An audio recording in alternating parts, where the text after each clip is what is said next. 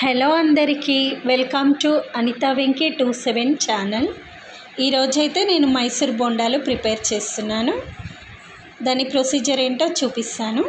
ఇప్పుడు ఒక బౌల్లోకి ఒక కప్పు పెరుగు తీసుకోవాలి. దానిలోకి 1/2 table spoon salt, 1/2 table spoon వంట సోడా వేయాలి. వీటన్నిటిని మంచిగా అబ్జర్వ్ అయ్యేటట్టు మిక్స్ చేయాలి, పెరుగులో కలిసేటట్టు. అదేవిధంగా దీనిలోకి ఒక 2 టేబుల్ స్పూన్స్ ఆయిల్ వేసుకోవాలి. ఆయిల్ కూడా పెరుగులో మంచిగా మిక్స్ అయ్యేటట్టు కలపాలి.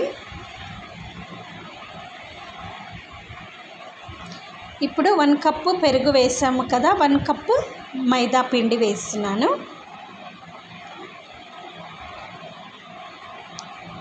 1/2 టేబుల్ స్పూన్ జీలకర్ర కూడా యాడ్ చేశాను. ఇప్పుడు పిండి గట్టిగా అయింది కదా, కాస్త గోరువెచ్చని నీళ్ళు యాడ్ చేస్తున్నాను నేను. ఈ గోరువెచ్చని నీళ్ళు వేయడం ద్వారా మన పిండి లోపల బోండాలోని పిండి ఫ్రై చేసినప్పుడు మంచిగా కుక్ అవుతుంది. చూడండి, బ్యాటర్ ఈ విధంగా కలపాలి. ఇప్పుడు బోండాకి చట్నీ ఎలా చేయాలో చూపిస్తాను. ఒక కడాయిలో ఆయిల్ వేసి పచ్చిమిర్చి వేసుకోవాలి. ఆ తర్వాత పల్లీలు, ఈ రెండింటిని వేసి మంచిగా కలుపుకోవాలి.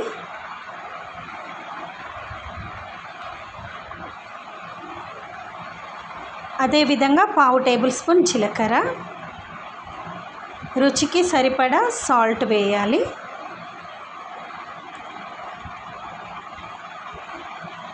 కొంచెం చింతపండు, ఇవన్నీ వేసాక మంచిగా మిక్స్ చేసుకోవాలి. వీటన్నింటిని మనం ఎప్పుడైనా చట్నీ చేసేటప్పుడు మన ఫ్లేమ్ని లో టు మీడియంలోనే ఉంచాలి.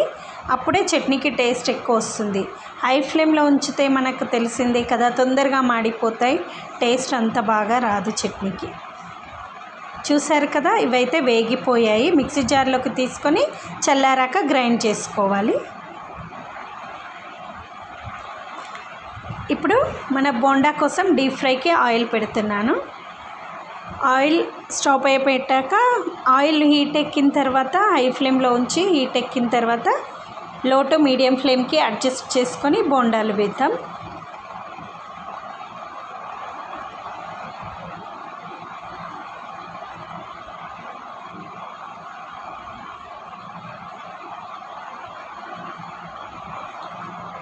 All sides equal colour, same colour రావాలంటే మనం బోండాలని తిప్పుతూనే ఉండాలి మళ్ళీ. అలా చేయడం ద్వారా అన్ని సైడ్స్ ఒకే కలర్ వస్తాయి, మంచిగా కుక్ అవుతాయి కూడా. చూసారు కదా, ఇప్పుడు మన బోండాలు అయితే మంచిగా ఫ్రై అయిపోయాయి.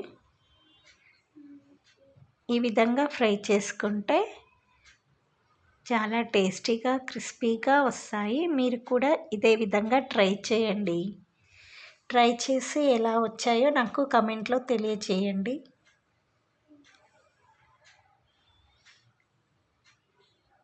అదేవిధంగా నా ఛానల్ని సబ్స్క్రైబ్ చేసుకోండి, లైక్ చేయండి అండ్ కమెంట్ చేయండి.